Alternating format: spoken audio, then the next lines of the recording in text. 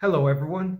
Today we continue looking into the mentality of Christopher Columbus. And in the last episode, we went over how Columbus's sense of exploration was driven by many religious beliefs. But in today's episode, we're going to focus on the more geopolitical, strategic, and political dimensions of his plan to reach Asia. The idea of a universal Christian empire was one of the many ways that the Spaniards conceived of their burgeoning nation.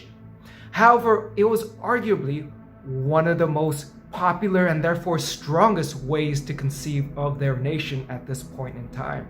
The Reconquista had been not only conceived as an attempt to retake the Iberian Peninsula, but as a universal, that is, global struggle to fight the heathen anywhere and everywhere they might be.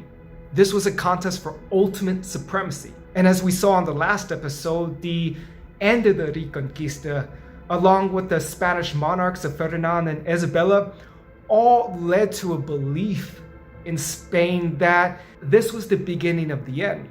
The second coming of Christ was at hand, and the Reconquista was the first sign of this inevitable scenario. Spanish chroniclers predicted that Spain would continue to expand and spread Christianity throughout the entire world. And in so doing, Spain built upon earlier models of imperial expansion. For example, if we look at the 13th century, the King of Castile, Alfonso X, argued that Spain was the heir to the Roman Empire and would also rule over the last world empire as described in the biblical book of Daniel. Alfonso argued that in the West, empires and civilization went from east to west, from Greek culture to Roman culture, and from Roman culture to Hispanic culture, and from Hispanic culture, the entire world.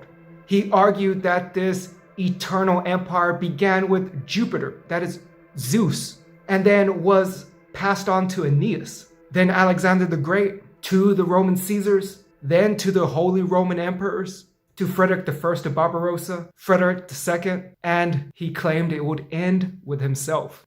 Alfonso made these claims in the 13th century, but 200 years later, Spanish humanists would say exactly the same things. Antonio de Nebrija also reinforced this idea of Western Christian Roman Empire extending from the east to the west, of which it was now Spain's turn to continue this process. And in the last episode, we saw how Columbus reflected and reinforced these cultural and intellectual and ideological trends.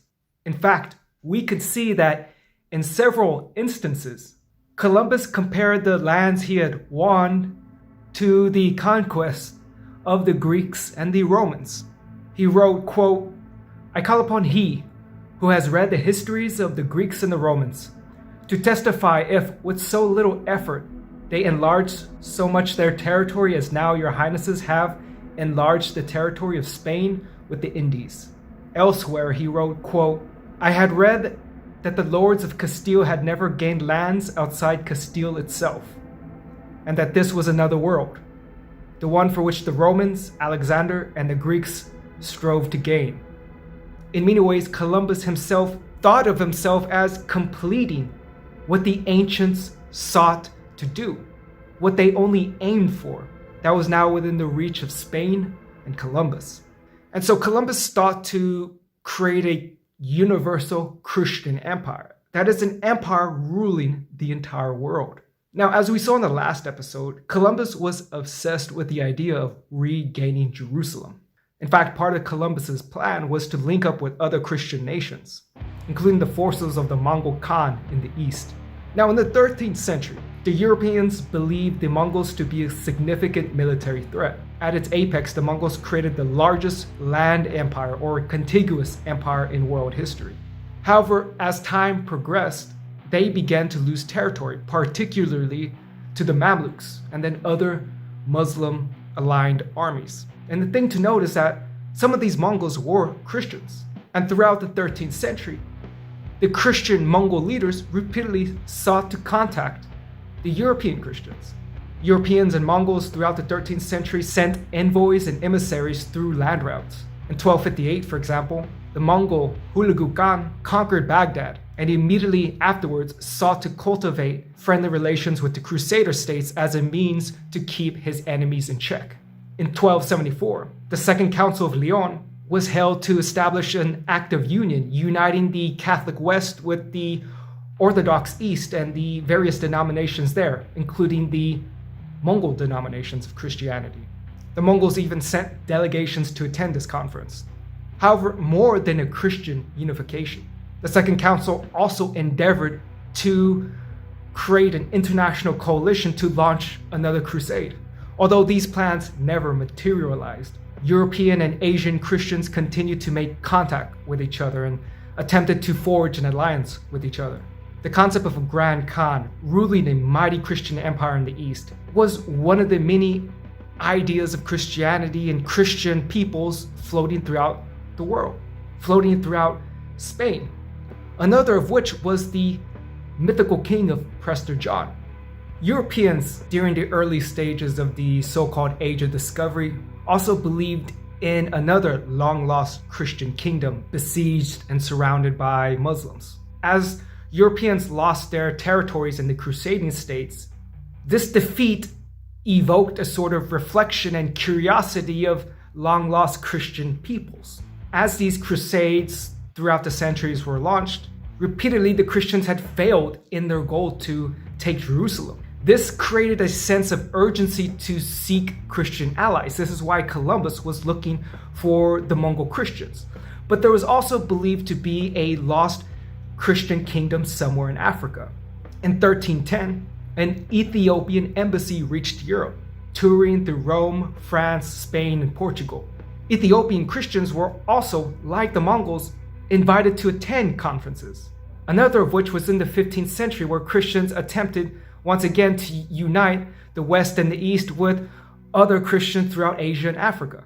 Now, the legend of Prester John was a legend. Although many Christians believe Prester John to be the Ethiopian king, the idea of Prester John floated for a bit. Some Christians believe that this was actually a king in India. According to legend, the Apostle Thomas went to India, converted Indians there, and established a thriving Christian community, a long-lost Christian community from the worldview of the 15th century. In fact, the Portuguese tried very hard to find Prester John. Columbus followed in this Iberian worldview of believing there were these lost Christian kingdoms in Asia and Africa, and they would readily offer Christian troops to retake the ultimate Christian prize of Jerusalem. Columbus was one of many Christians who longed to create an international Christian empire, uniting all Christians under a single church. Yet, he was one of the most famous and consequential. Ultimately, Columbus sought to establish a coalition of Christ, a universal army, forming a universal empire, one Christian community out of many.